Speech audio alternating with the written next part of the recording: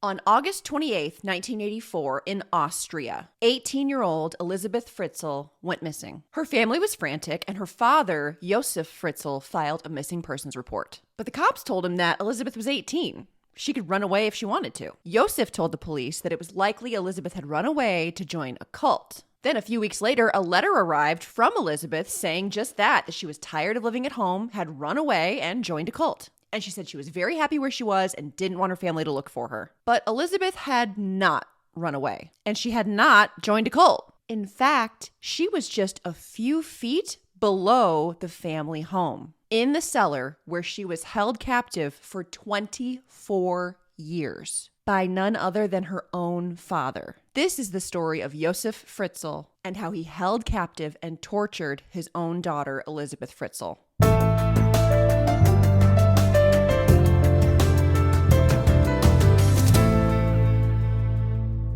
If you're new here, my name is Elise, and today you're going to see Elise talk about true crime. I post a weekly series on YouTube called Cleaning and Crime, where I post a cleaning motivation video while at the same time I'm telling a true crime story. But for some, the cleaning footage is too distracting or it's just not your jam. So for those of you, I post this version, the crime-only, regular old true crime video. If you're looking for the original version with the cleaning, I'll post a link for that in my description box on YouTube, or I'll put a thingy over my head. And as always, if you just want to listen to today's story, you can find the Cleaning and Crime podcast wherever you find your favorite podcasts. But if you're just here for a true crime video, you're in the right place. Oh, let's get into today's story. All right, this case is huge. It spans many, many years. So this episode's going to be a bit longer than my usual Cleaning and Crime episodes. I don't love to do two-parters, so we're just going to do it. The Josef Fritzl case. This has been highly requested. Also, I heard people say Joseph, but I'm going to say Josef because it's more fun. And with a case like this, I have to find fun in any little nook and cranny I can. So this is a big, huge, pretty famous story, and a lot of people have told it in a lot of different ways, so I'm just going to tell it my way. And my way is to go all the way back to Josef Fritzl's grandparents. Yes, I'm going that far back because I need to try and understand how we got here. I'm not going to understand how we got here, but I have to try. I'm also including timestamps in my YouTube description box, so if you're one of those people that hates the long, elaborate backstory of the bad guy, I totally get it. You can skip ahead, but for me, I find it fascinating and important to talk about. So, let's jump in. So, looking way back to Josef Fritzl's grandparents in Austria, Josef's grandma was not actually his blood grandma. So, Anna Fritzl was her name, and she married a rich mill owner. But as I'm sure you're expecting me to say, he was a total dick. And all he wanted was for Anna to provide him a whole bunch of kids. But unfortunately, after much trying, Anna was unable to get pregnant, and that pissed off the rich mill owner. So he started beating her, because I guess he thought it was all her fault that he didn't have any children. Barf. So this mill owner didn't want people in town to think that he didn't have the juice to have kids. So he began regularly raping his servants and maids. And lo and behold, eventually, one of them became pregnant. Then as soon as that maid had a baby, he took the baby and kicked the maid out and fired her and gave the baby to his wife Anna to raise as her own. And he did that 2 more times after that with different maids. So Anna was stuck at home with a physically and emotionally abusive husband, and then 3 kids that were not hers that she was forced to raise as though they were her own. And the mill owner just hung around abusing Anna and the 3 children, 2 daughters and 1 son. Now the oldest daughter was named Maria. And she decided the only way to escape this situation was to get married to some dude. But when Maria did get married, she also was unable to get pregnant. And so her new husband just kicked her out, divorced her, and sent her back home to her father, the mill owner. What's with these guys? So Anna and the 3 kids suffered under this guy's roof until the 1930s, when Anna inherited her Fritzl family home in Amstetten. And she thought this was the perfect opportunity to escape this guy. So she divorced the mill owner and took her 3 kids to her family home at number 40 Yibstrasse. Anna and the oldest daughter, Maria, decided that the best way to make money was to rent out the extra rooms in the house. And things were going well, but Maria, the oldest daughter, really wanted to prove that she wasn't barren. It was still haunting her that her husband divorced her and she was unable to provide him children, so she wanted to prove to the world that she could do just that. So she was on a mission, and she quickly began a sexual relationship with one of the tenants that was renting out a room in their house. This guy's name was Josef, and Maria, I guess, made it very clear to him from the start, like, hey, I want to be on you, but I'm only doing this to get pregnant. This isn't about you. I'm using you for your seed. And I guess Josef was like, sounds good to me. And soon, Maria was pregnant with a baby boy. And she decided to name the baby after her lover, Josef, but then gave the baby her mom, Anna's maiden name, Fritzl. And with that, in 1935, Josef Fritzl came into this world. I wish he hadn't. Now, Maria wasn't even really excited to be a mom, and she called Josef her alibi baby. She just wanted to prove to her neighbors that she wasn't barren. Like, look, I did it. So that was the only reason she had Josef, and she was described as a very loveless mother. When Josef was 3 in 1938, the Nazis showed up in Amstetten, and 99.7% of Austrians voted to join the Third Reich. But Maria was in that 0.3% that wasn't into it. Josef's father, Josef, joined the German army and left to go fight on the Eastern Front. And then he was taken prisoner by the Russians, so he gone. Now, number 40 Ypstrasse was in Amstetten. I'm doing my best with these names. And Amstetten was a really important railway junction between Germany and Italy. And so Amstetten became a super hot spot to bomb. And it was bombed constantly. And in the first 6 months, Amstetten was bombed about 12,000 times. And so everybody in town was pretty used to hearing the bomb sirens constantly and having to run all the time to a bomb shelter or a bunker wherever they could find one. But not Maria. Maria was a stubborn one. And she would hear the sirens going off and she'd be like, you can't make me leave my house. And she would just stay in her kitchen despite sirens going off and bombs falling around her. Completely unbothered by the bombs and completely unbothered by her son screaming and crying for his life. And most of the time, little Josef had to go find his way to a bunker by himself. Now, during the war, anyone that owned a home was required by law to give up the extra rooms in their house for refugees that needed a place to stay. But Maria was obsessed with her home and she was not having it and didn't want all these people coming in and out. So she refused to let anybody come in to stay. So Maria was arrested and sent to a concentration camp in Upper Austria. And then little Josef Fritzl was sent to an orphanage and he was told that his mother was dead. Oof.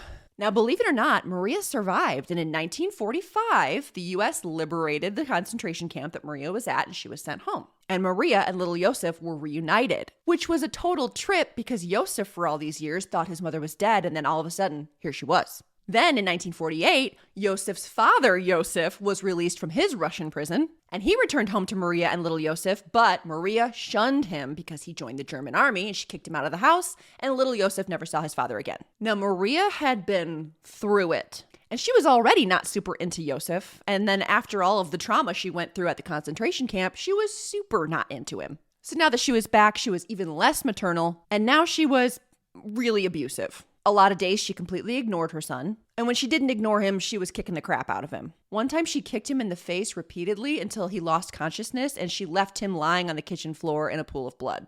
Great parenting. She also enjoyed forcing Josef to sleep outside in the cold, or sometimes she tied him up so that she wouldn't have to deal with him. And for extra punishments, she would force Josef to kneel on a sharp piece of wood for hours. So this is all just the makings of an incredible human being. But you know, it's weird. Like after Maria would punish Josef, she would just welcome him back into her open arms and just comfort him and show him a ton of affection. On top of all that, Maria was a devout Catholic and she would take Josef to church with her where she would whisper to him that he was a criminal that needed to be watched and that she could see Satan in his eyes. After the war was over, Austria was split up, and Upper Austria was under the control of the US, the UK, and France, and then Lower Austria was under Soviet control. And where Josef and Maria lived was under Soviet control. And Lower Austria at the time was pretty shitty living conditions, and people were starving, whereas Upper Austria was getting American food, American cigarettes, and frickin' chocolate. In 1947, one of the schools in Amstetten reopened, and Josef began his education at age 12. Now, he was very smart, and he was excelling in school. And he also got taller and stronger. So soon Maria lost the physical control she had over Josef. And one day when Josef was about 15, he fought back against Maria's beatings and punched her in the face. And that day, the dynamic shifted. Maria was no longer in control of Josef. Josef was in control. Shortly after that dynamic shifted, Josef also began peeping. He learned all of his neighbors' schedules. He knew where all the pretty girls lived. He would watch them undress through their windows, watch young couples doing it through the windows. Big red flag. And he also began following young women into the secluded woods and exposing himself. Meanwhile, he was doing great in school, and he went on to further his education, which wasn't very common at the time in his area, which he kept a secret from Maria and secretly enrolled in a 2-year engineering program. In 1951, Josef left Maria's and moved to Linz in Upper Austria. And that was fancy Austria. And in 1956, Josef got a super sweet job with a metal engineering firm. And so his professional life was banging. He was very successful and making great money. But he felt that his personal life was not banging. And he was comparing himself to his coworkers and friends who were all in their 20s and were already married and starting to have children. And he was 19 and he had never even kissed a girl. But then Josef got invited to a party by a coworker where he met 16-year-old Rosemarie. They danced, they kissed, and that was that. And a few months later, they were married. It was the 50s. And the couple moved together to number 40 Ypstrasse in Amstetten. And while Rosemarie was living at number 40 Ypstrasse, during the week, Josef would go up to Linz in Upper Austria and stay with Rosemarie's parents so he can go to work. Then he would come home on the weekends and see his wife. In June 1957, Rosemarie gave birth to their first child, a baby girl, and then 3 years later, she gave birth to another baby girl. 5 years later, in 1963, she had a baby boy. By this point, Josef was super successful in his work, and the company that he worked for had gotten huge. And they promoted Josef, and they sent him to go oversee a project in Ghana for 18 months. So he just ditched his family and went to Ghana for a year and a half, and he did not visit. He did not even call or write a letter to his family. He just stayed in Ghana and hit all the brothels. And I guess he figured he was working and making a bunch of money, and that's all he needed to do for his family to love and respect him. But then when he came home, after 18 months of no freaking contact, his wife was pissy and his children didn't remember him. And they were scared of him. And he was pissed. And this is when Josef began taking after his mother and his grandfather before him and started beating the crap out of his family. Because, that's how it works. If you want your family to love you, you have to beat the crap out of them. Obviously. Shortly after Josef's return, Rosemarie was pregnant with baby number 4 and gave birth to Elisabeth Fritzl in 1966. So they've got 4 kids, and Rosemarie basically threw herself just into her children. And she didn't have much of a real healthy relationship with Josef. He was still working in Linz during the week and living with Rosemarie's parents, so most of the time she was at home alone at number 40 Ypstrasse with the kids. And then on the weekends, Josef would come home and scream at everybody and beat everybody. Rosemarie started to think that maybe Josef was having an affair when he was up in Linz. And she was kind of close, but it was not an affair. Josef, while up in Linz, had gone back to his deviant ways that he had when he was a teenager. He was peeping, he was following women, exposing himself to women. And one woman in Linz reported Josef to the police for whipping his dongle out. And the cops tracked Josef down and gave him a warning. Don't pull your dongle out. The warning didn't work though, and Josef escalated and attempted to rape a woman. She reported him to the cops, and the cops again gave him a warning. Don't attack people with your dongle, Josef. In 1967, Josef was 32, and for some reason he zeroed in on a local nurse in Linz, and he started stalking her until he figured out where she lived, and then found out that she sleeps with her windows open. And one night, while the nurse's husband was working late, Josef broke into her house and raped her at knife point while her little baby slept in a cot next to the bed. She survived the ordeal, and she called the cops, and the cops finally tracked Josef down and arrested him. And he was sentenced to 18 months in prison. It's a joke of a sentence. But it was Austria in the 60s, so. And Josef made the front page of the paper, which read, "Police expose family father as monstrous sex fiend." So now Rosemarie knows that her husband is a rapist, on top of being an abusive son of a bitch.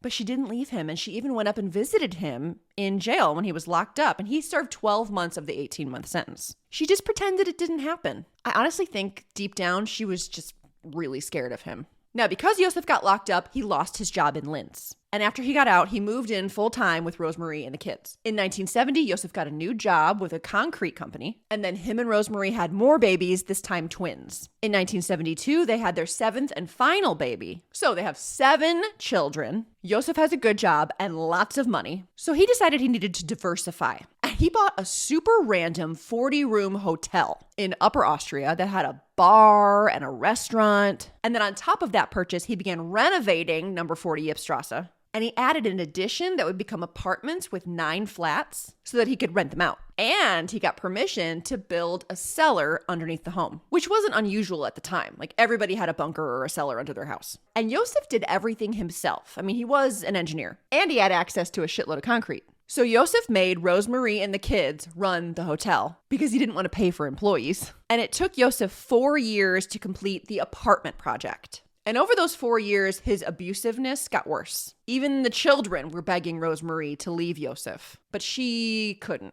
She just raised the kids and ran the hotel and kept her head down. Then once the apartment project was done, Josef informed Rosemarie that he had built himself one entire floor in the apartment that was going to be all his own private living quarters, and that no one was allowed to go into his private living quarters ever. Rosemarie was like, shit, yeah. Sounds great. Fucking see ya. So number 40 Ypstrasse was home to Rosemarie and the kids. The apartment block connected to it was for tenants, and that contained an entire floor just for Josef. He's working at the concrete place, and then in Upper Austria, Rosemarie and the kids are running the hotel. Got it? Okay. And in his spare time, Josef kept building the Cellar project. So Rosemarie was pretty happy because if Josef was busy working on his apartment crap, building his cellar, and busy working, there was no time to come home and beat everybody, you know? And the kids were happy about it too. They were just trying to grow up as quickly as possible so they could just move out. And then rapid fire, the 3 oldest kids grew up and moved out, with 4 kids remaining at home and helping run the hotel, the oldest of which was Elisabeth, who was now 11 years old. Elisabeth was the quiet kid, smack dab in the middle. And she learned to stay quiet because that pretty much made her invisible. But now that the 3 oldest were gone, Josef zeroed in on Elisabeth. And he saw a lot of himself in her. And he viewed that as some sort of weird special connection. So it's 1977, and Josef began paying an unusual amount of attention to his 11-year-old daughter, Elisabeth. He was following her. He was spying on her. He demanded to know where she was at all times. And he began playing what he called practical jokes on Elisabeth. And by that, I mean he was sneaking pornographic magazines under her pillow. Really weird joke, Dad. And you guessed it, it wasn't long before Josef began sneaking into Elisabeth's bedroom at night, touching her inappropriately, and then he was doing disgusting things to himself in front of her as well. That escalated to every opportunity that he had to be alone with Elisabeth, he was touching her inappropriately, then he escalated to rape. And Josef would tell Elisabeth that the police were idiots, and that if she went to the police, they wouldn't believe her anyway, so she better just keep everything a secret. And if she didn't, he'd have to kill her. And this is so awful, but it didn't matter how awful these attacks were on Elisabeth. Josef said that it was an itch that he just couldn't seem to scratch. And that makes me want to hurl. And this abuse went on for years. Josef had finished his apartment project and it was making great money. So he was just spending all of his free time working in his cellar and raping his daughter. Feeling confident that he had Elisabeth completely under his control, he sent her away to a gastronomy and tourism course because she had just finished up secondary school. And he sent her there because it would help out at the hotel. But he didn't really want to send Elisabeth away, but he also didn't want to pay for employees. So he needed to train up the kids. Elisabeth had no interest in the field, but she was happy to get away from her abusive father. So she went, and she was a teenager at this point. While she was there, she made friends with a girl named Brigitte, who also had a very tough home life, and they bonded over that. And after getting close with Brigitte, Elisabeth actually confided in her and told her everything that was going on at home. But after the course wrapped up, Elisabeth went back to her family and back to her abusive father, and the sexual abuse started right up again. But Elisabeth remained close with Brigitte, and they continued writing to each other. And over letters, they both decided they were both fed up, and they decided to run away together to Vienna. Now, Josef worked hard finishing his cellar project, and on the day he was like, wow, I think I'm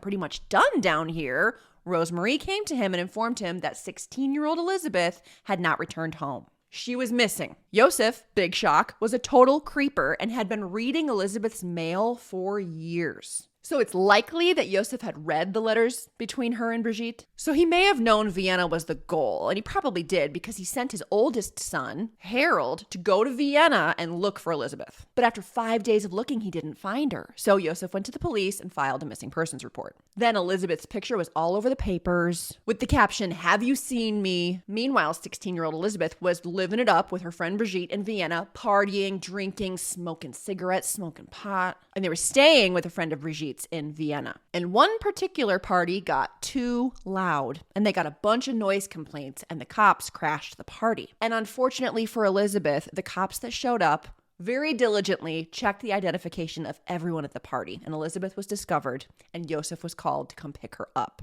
The freedom was over, and Josef and Elisabeth drove back to Amstetten in silence. After they got home, Josef realized that if Elisabeth was brazen enough to run away, she probably had the balls to tell someone about the sexual abuse. So he didn't touch her after that for 2 years. So Elisabeth's feeling pretty great. Like, she was thinking she defeated Josef and he was going to leave her alone forever now. So she had a new sense of confidence. But for those 2 years, Josef decided to keep tinkering with his cellar. It was a dark windowless crypt, but over those 2 years, he added fluorescent lighting to the many interconnecting rooms. He added locks to the doors that only Josef had the keys for. And for some reason, he wasn't sure why yet, he decided to add 2 more rooms to the project. And he also added a small secret door hidden by a shelf on hinges that was in his office/workshop. So if you moved that shelf and crawled through that doorway, you would have access to the basement project. And if anybody asked Josef what the basement project even was, he would simply tell everyone, oh, it's a nuclear bunker. And everyone's like, oh, okay. Because it was the Cold War. It was Austria.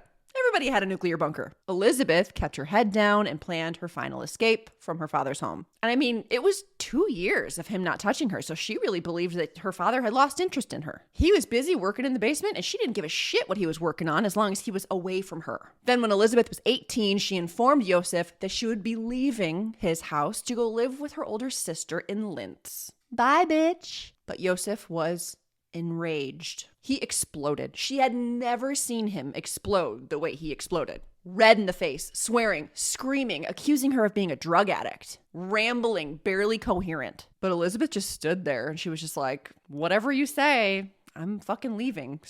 But about a week before she was supposed to move to Linz, on August 29th, 1984, Josef and Elisabeth were home alone. And Josef asked Elisabeth for help carrying a super heavy door down into the cellar. Now, nobody had ever seen the cellar, so Elisabeth was pretty curious. So she helped Josef carry this big door down into the cellar. Once they got the door taken care of, Josef told her, actually, there is something I want to talk to you about. So sit down in my workshop. I got to grab something. I'll be right back. And we'll talk. So she's sitting there waiting, thinking about how she's only got a few more days, just a few more days of living this nightmare with this nightmare father. But sadly, the nightmare was just beginning. And the next thing Elisabeth knew, a hand was reaching around her face and a chemical-soaked rag was placed over her mouth and nose. And Elisabeth was out cold in seconds. When Elisabeth woke up, she was still dizzy from inhaling chloroform, and she was in a dark, cold, damp room. It smelled like mildew. Her hands were chained behind her back. As her eyes adjusted, she saw a TV and VCR, a small toilet, a washing basin, and a small stove in the room with her. She was sitting on a king-size bed that had sheets and pillows, and she felt a ball gag around her neck. And she saw that there was a door at the end of the room that was still open, but she couldn't get up and get to it because she was chained. And the chain was connected to a metal bedpost that went down into the concrete ground. Then, seemingly out of nowhere, Josef was right next to her. And he was tightening her chains, not even looking at her, not speaking to her. She just froze and looked up at him. And he said, quote, "The pitcher that goes to the well too often gets broken," end quote. And then he just left her there for 24 hours. And she just laid there realizing her own father had just freaking locked her in a cellar. And it wasn't a nuclear bomb shelter down there. It was a prison that he had spent years preparing for her.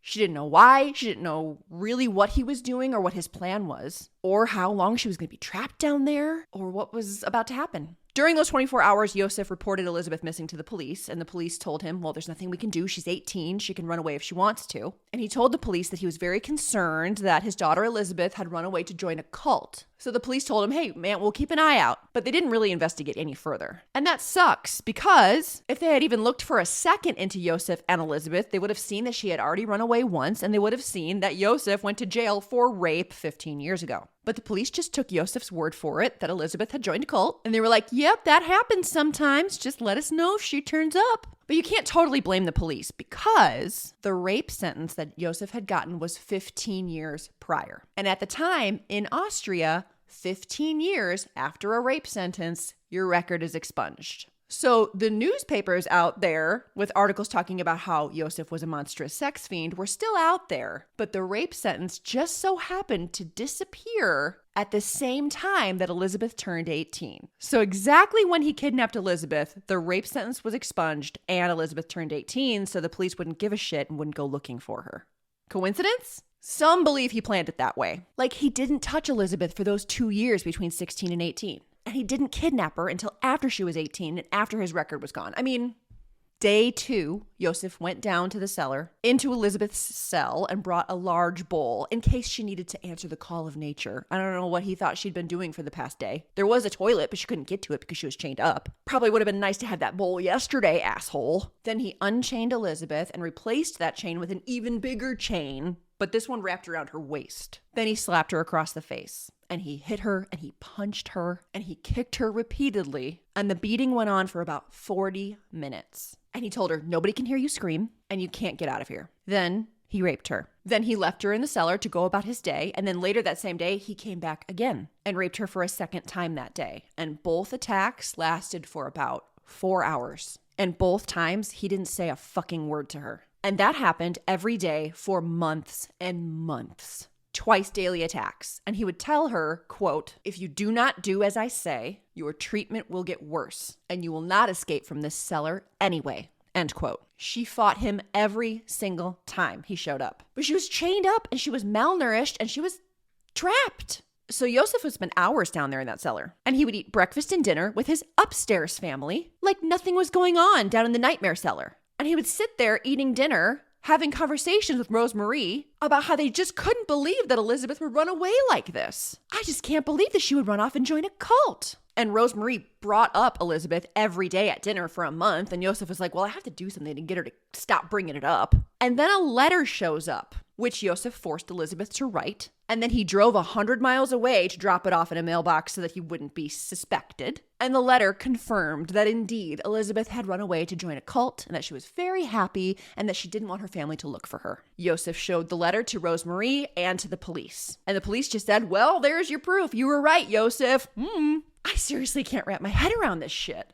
Why'd you guys make me cover this case? Not long into Elisabeth's imprisonment, Josef began using that TV and VCR that was down there in the cell to force her to watch pornographic videos. And he also brought sex toys and whips down there. And Elisabeth continued to fight him every time he showed up for months and months. And to punish her, Josef would starve her. And he left her naked and alone, chained up in the cellar. Now, let me tell you a little bit more about this cellar. There was no heat. There was no ventilation. It was damp, mildewy, like the walls were dripping. It smelled fucking awful. And in the winter, the room would be slimy and wet. And it would get down to -10 degrees Celsius or 50 degrees Fahrenheit. And she would just be left there desperately trying to wrap up in a sheet to keep warm. She was just stuck there naked and starving. So Josef had this study/workshop, and a shelf hid the door into the cellar. So you open the shelf on hinges and you have to crawl through this small door. Then you went into a room full of shelves, like storage. And then you went through long hallways. The doors were all varying sizes. Some you had to crawl through, some you could walk through. The ceilings in each little room were at different heights. Very disorienting. And the cellar was only 380 square feet. And there were like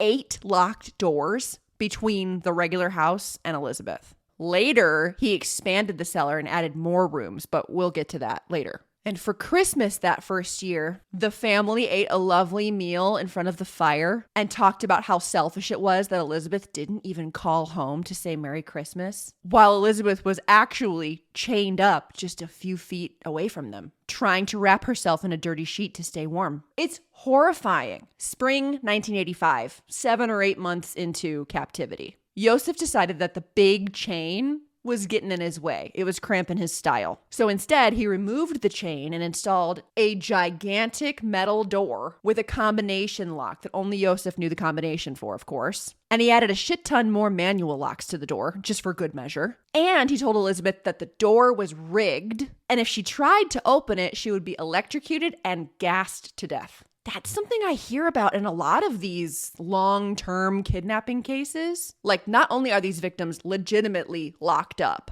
but their captors always seem to add in that psychological aspect to their entrapment too. Like, if you try to go out there, something even worse is going to happen to you. Like the Colleen Stan case, the girl in the box, with being threatened with the company that would come and kill her and her family if she tried to escape. It's so fucking scary. In August 1986, 1 year in, Elisabeth woke up and said, oh shit. She felt different. Her body felt different. And then when her period failed to come, she realized she was pregnant. She tried to keep it a secret from Josef, but one day he came down there and said that he knew she was pregnant because her temperature was higher than normal. Barf. And he said to her, quote, you should be happy. I've given you the gift of a child, end quote. I'm filled with rage. But 10 weeks into the pregnancy, Elisabeth miscarried, alone and terrified in the cellar. Elisabeth luckily survived with no medical care, but later she said that experience changed her life forever. Her second winter in the cellar came, and this winter brought a shitload of rats. As if things can't get worse. Now there's fucking rats. And that winter, Elisabeth fell completely hopeless, very depressed, lost her will to live, lost the ability to cry. She slept most of the day and night, didn't really give a shit what time of day it was or what day it was. And she thought daily of suicide. She lived in constant fear of another pregnancy because her father refused to use contraception. January 1988, Elisabeth was pregnant again. 7 months into this pregnancy, she begged Josef for a book on childbirth so that she could learn how to deliver this baby on her own in the cellar. And he did eventually cave, and he gave Elisabeth a book on childbirth from the 1960s. And Elisabeth spent the remainder of her pregnancy just poring over that book, trying to figure out how she was going to do this herself. Reading about how to get through the birth, how to clamp and cut the umbilical cord, how to breathe through the contractions. I mean, this woman, I obviously can't even begin. I can't speak to what I would do or how I would react to any of this, obviously. But if I had to guess, it wouldn't be this well, Like the baby is coming whether she's ready or not. But the fact that she's like, okay, I have to do this. Let's become an expert on childbirth. I mean, fucking incredible. All Josef gave her for the birth was a pair of dirty scissors, 1 extra blanket, and 1 package of diapers that he bought from many towns away. He's just like, good luck. Elisabeth boiled the scissors in the dark in a pot on the stove. And almost exactly 4 years into her captivity, she went through the entire birth alone in the dark, slimy cellar, cut and clamped the umbilical cord herself, and then held her newborn daughter, Kirsten. And they were alone in there for 10 days. He just left them down there for 10 days, just completely didn't give a shit what was going on down there. And Kirsten was Josef's 8th child, birthed by his 4th child. Horrible. And Elisabeth went through a huge shift when Kirsten was born. The suicidal urges went away. Suddenly she had something to live for, and she accepted, okay, this is my fate. I'm here. I can't get out. I have to raise this kid. So she just settled into her new normal and put all of her energy into that baby. It also reminds me of that other long-term abduction case, J.C. Lee Dugard. And I read her book, and you should also read that book. It's incredibly written and changed me as a person after reading that. But she was held for 14 years in a shed in that guy's backyard, and she had 2 children and raised them in that shed and homeschooled them and taught them to read and write and just made do because she had to. Elisabeth pretty much did the same. Upstairs, Josef and Rosemarie were not getting along great, and Josef was spending extra time down in the cellar with his underground family, and he was confiding in Elisabeth with the trouble in his marriage upstairs. And he really tried to convince himself that Elisabeth really loved him. This was just his other family, his basement family. It's fucking sick. And Josef would even photograph both families. And years later, when all the shit went down and everything was found out, the police found that photo album. And it was the first half was this colorful, happy upstairs family. And the second half was this pale, dark, sickly basement family. It's so horrifying. I've never heard of anything so crazy. And police found that photo album and they were like, what the fuck? Anyway, 1989. Just before Kirsten turned 1, Elisabeth fell pregnant again. This time she gave birth to a boy named Stefan, and he was also born with no medical help in the cellar, with a toddler just hanging out while she gave birth to her second child in this prison. 2 years later, 1992, Elisabeth gave birth to another child, a daughter named Lisa. And Lisa was born healthy, but 8 months after she was born, she began crying and would not stop crying. Elisabeth was worried about what Josef would do because he had already punched Stefan in the face for being too noisy when he was 2. And now she's got this helpless baby screaming and crying, and she was worried about what Josef would do about it. But eventually Elisabeth wore Josef down, and she begged him to take Lisa for medical care. So instead of being a good person and just taking the baby straight to the hospital, instead he put her in a cardboard box and under cover of darkness just left her on his own doorstep. And he forced Elisabeth to write another letter saying, hey, still at the cult, but now I have this baby and I can't care for her, so now you need to. Elisabeth's 10-year-old sister, Doris, found the baby and brought her inside. And Doris is the baby's sister and aunt. Anyway, she brings the baby in. Josef takes her straight to Children's Services. He showed them the letter and the baby. And he's like, this is my granddaughter. And you should confirm that this is Elisabeth's daughter by having the handwriting on this letter analyzed. And Children's Services was like, that sounds like a great idea. No, they don't want to check his DNA or the baby's DNA or anything. They just took Josef's word for it. So everyone just agreed that Elisabeth just was in a cult and gave up this baby. And they were like, Josef, you can take this baby and you can raise this baby. And Josef and Rosemarie, because they were fostering the baby, began getting 400 euros a month from the government. Baby Lisa was taken to the hospital. It turns out she had a heart defect. They did emergency surgery and she made a full recovery. And she just went home to go live with the upstairs family, with her father, who she believed was her grandfather. In December 1994, another baby was left on the doorstep of number 40 Ypstrasse because that plan had worked so well 2 years prior. And Rosemarie found this baby on the porch. Luckily, she found her quickly because it was December. This baby also had another letter written by Elisabeth explaining that this baby's name was Monica and that, again, Elisabeth was unable to care for this baby, so you have to do it. As soon as Rosemarie brought the baby inside, her phone started ringing. And when she answered it, it was a pre-recorded message from Elisabeth, verbally explaining the same stuff that was in the letter. And Rosemarie was pretty weirded out because Josef had just recently changed their phone number and they hadn't given the number out yet. So only Josef and Rosemarie knew the new number. So she was like, how did Elisabeth know our new number? Huh.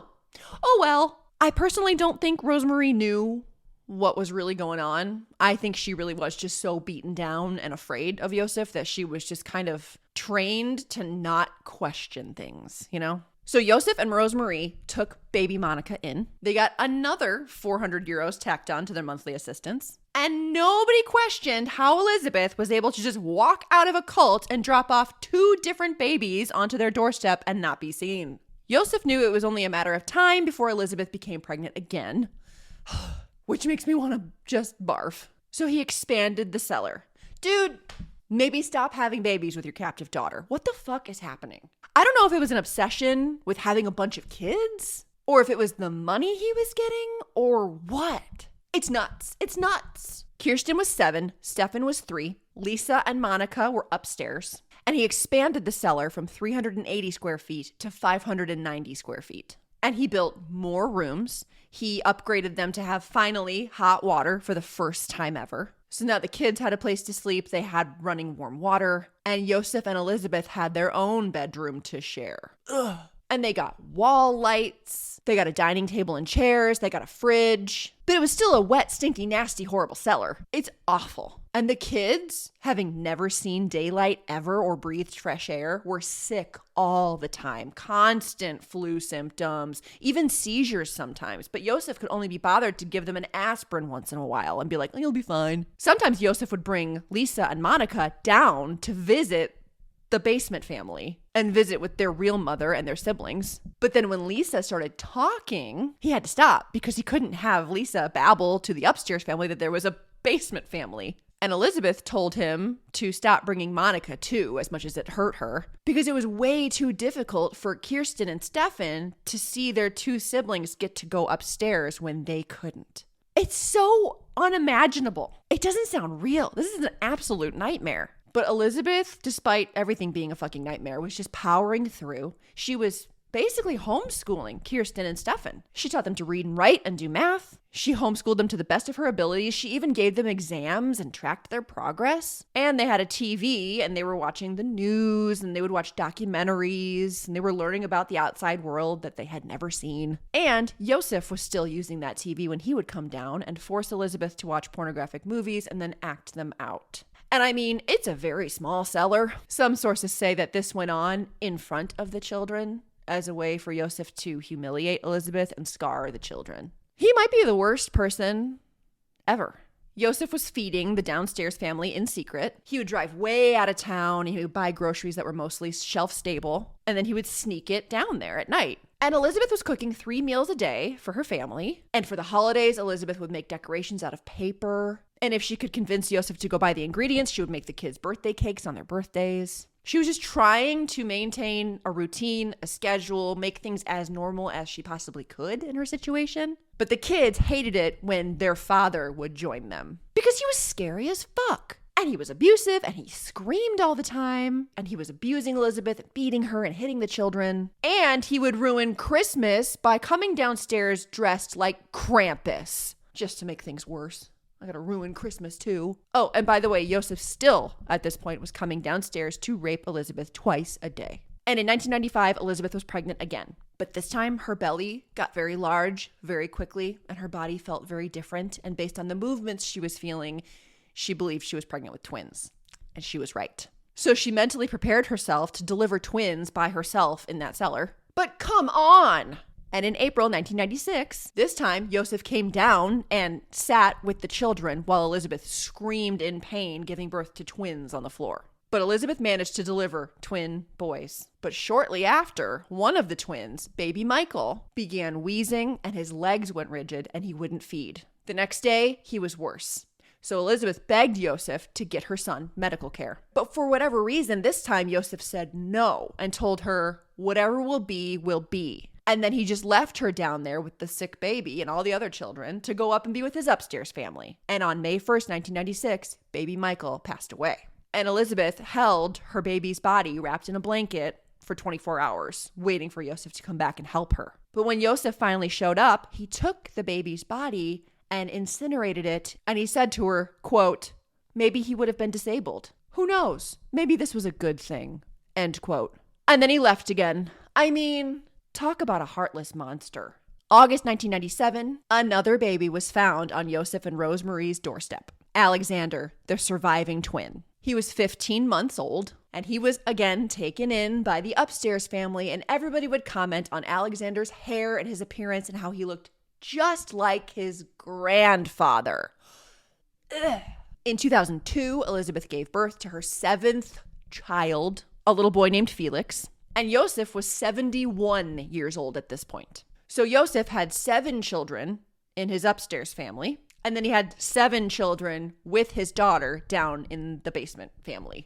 By this point, Kirsten was 14, Stefan was 12, and Josef was starting to be threatened by his downstairs family. They were getting big enough that they could, start to fight back and try to get out. They were going to be adults soon, Like, what the fuck are you planning to do, my dude? So he was trying to figure out how he could integrate his basement family into the real world upstairs. Plus, Felix, the youngest, he was Josef's favorite. He thought Felix was awesome, and he wanted to raise Felix to be his, protege, to take over all the family businesses, to keep Josef's legacy alive. So he wanted him to go to good schools and be raised in the upstairs real world. He wanted to give Felix the best life ever. Okay, asshole. So Josef started buying a bunch of property, and he was going to start new businesses, and he was going to give everyone in his basement family jobs. And he'd be like, oh, look, my cult daughter came home and brought all of her children, and I took them in and gave them all jobs because I'm an amazing person. And he was so confident that Elisabeth was totally under his control and that she would go along with the storyline. In 2007, Josef evicted all of the tenants in his apartments. And he informed them all that his daughter and her children were coming home and they were going to need to live in those apartments. So you all need to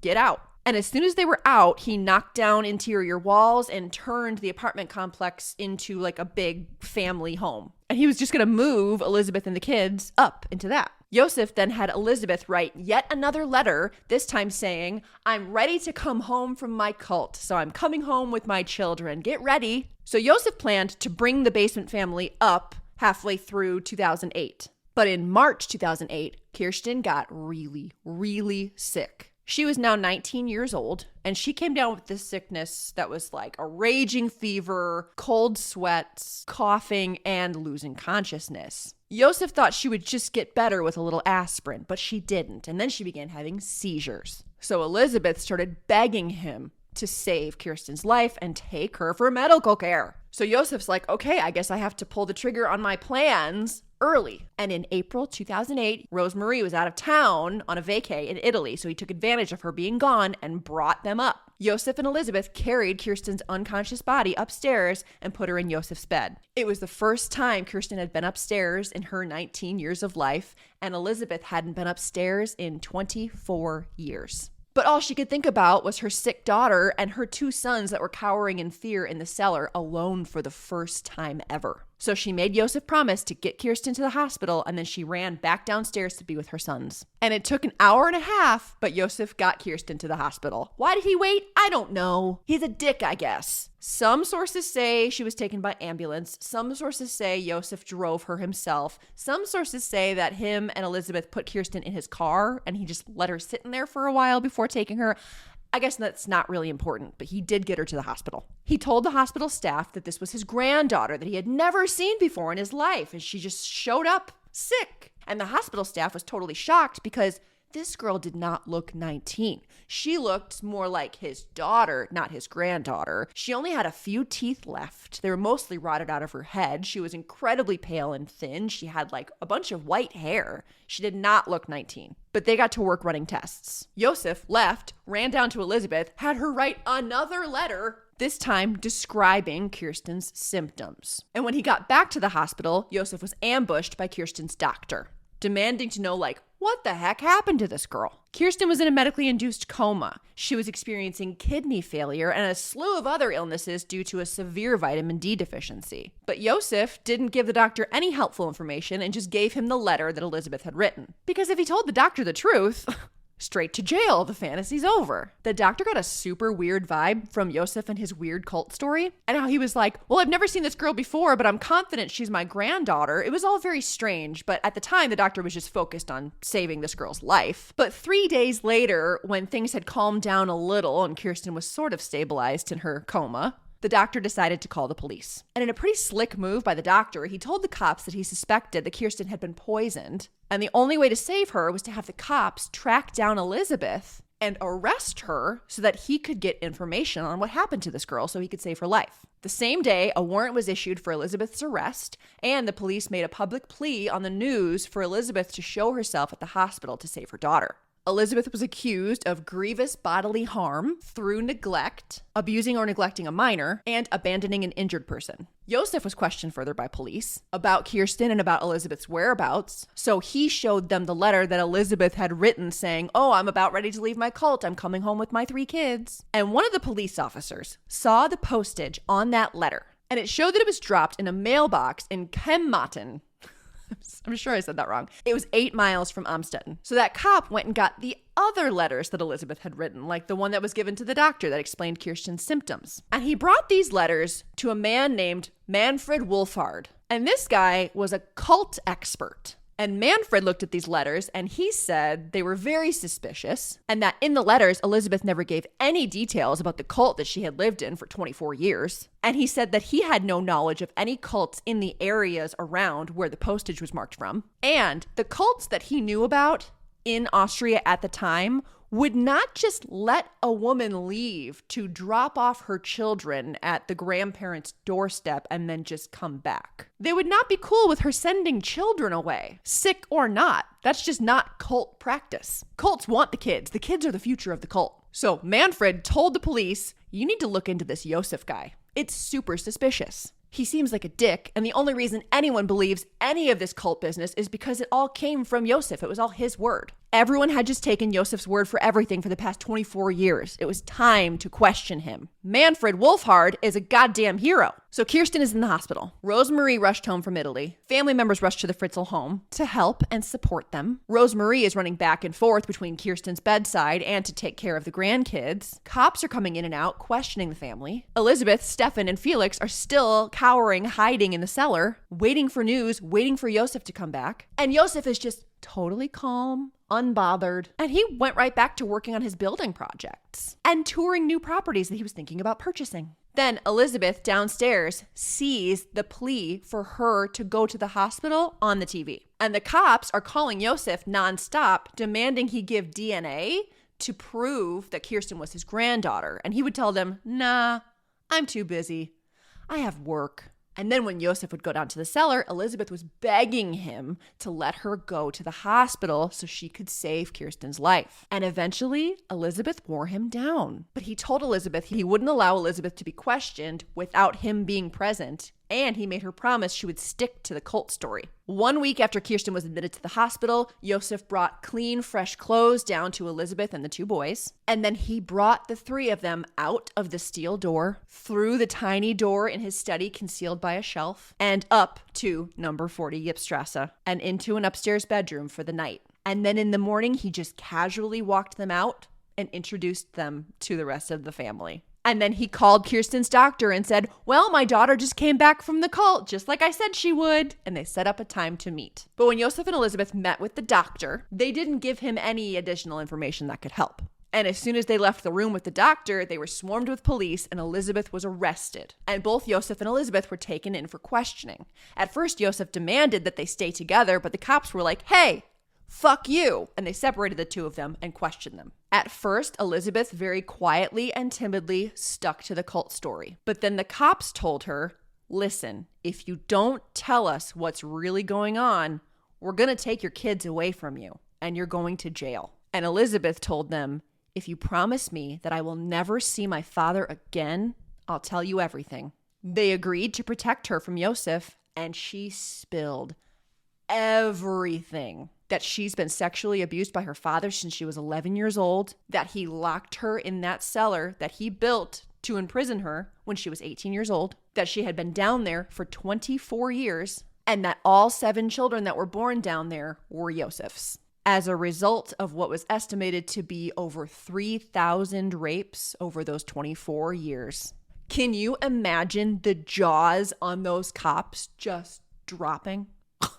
And they believed that at least something insane had gone on because Elisabeth looked old as hell too. She had no teeth left. She was incredibly frail and pale. She had white hair. She looked more like a grandma, and she was only 41. It's fucked. So then the cops went next door and arrested Josef. One of the cops went to the Fritzl home and picked up Stefan and Felix. And the detective said he was very overwhelmed watching Felix and Stefan walking outside for the first time ever. Stefan was amazed by the streetlights, and then he pointed at the moon and asked, is that where God lives? The next day, they collected DNA from Josef Fritzl. Media swarmed the Fritzl home, and teams of investigators were pouring over number 40 Ypstrasse. But they weren't able to get into the locked cellar. Luckily, Elisabeth, Rosemarie, and the children were all being cared for in a psychiatric and medical facility. And they were shielded from the cameras and the press going crazy for them. And things were going okay at first, but eventually Elisabeth became very upset watching Lisa, Monica, and Alexander call Rosemarie mama. And she asked Rosemarie to leave. After Josef had been arrested, he gave up the codes to the electronic locks. And investigators went in, and what they found was obviously